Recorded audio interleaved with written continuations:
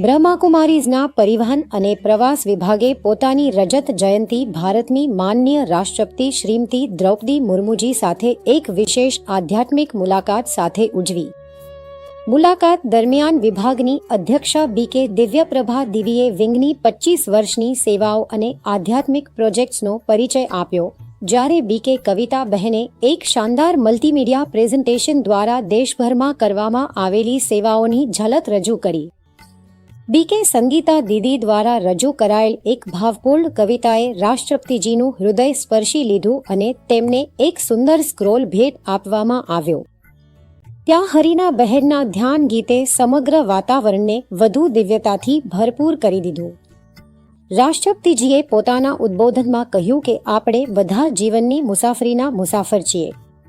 કોઈ દુર્ઘટના ન થાય, ન શારીરિક ન તો નૈતિક, એ જ સાચી સુરક્ષા છે।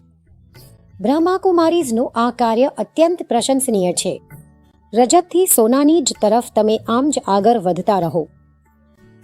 આ ભેટમાં ઊંડો આધ્યાત્મિક ઉર્જા, રાષ્ટ્રીય ગૌરવ અને સેવા માટે પ્રેરણા ભરપૂર રહી।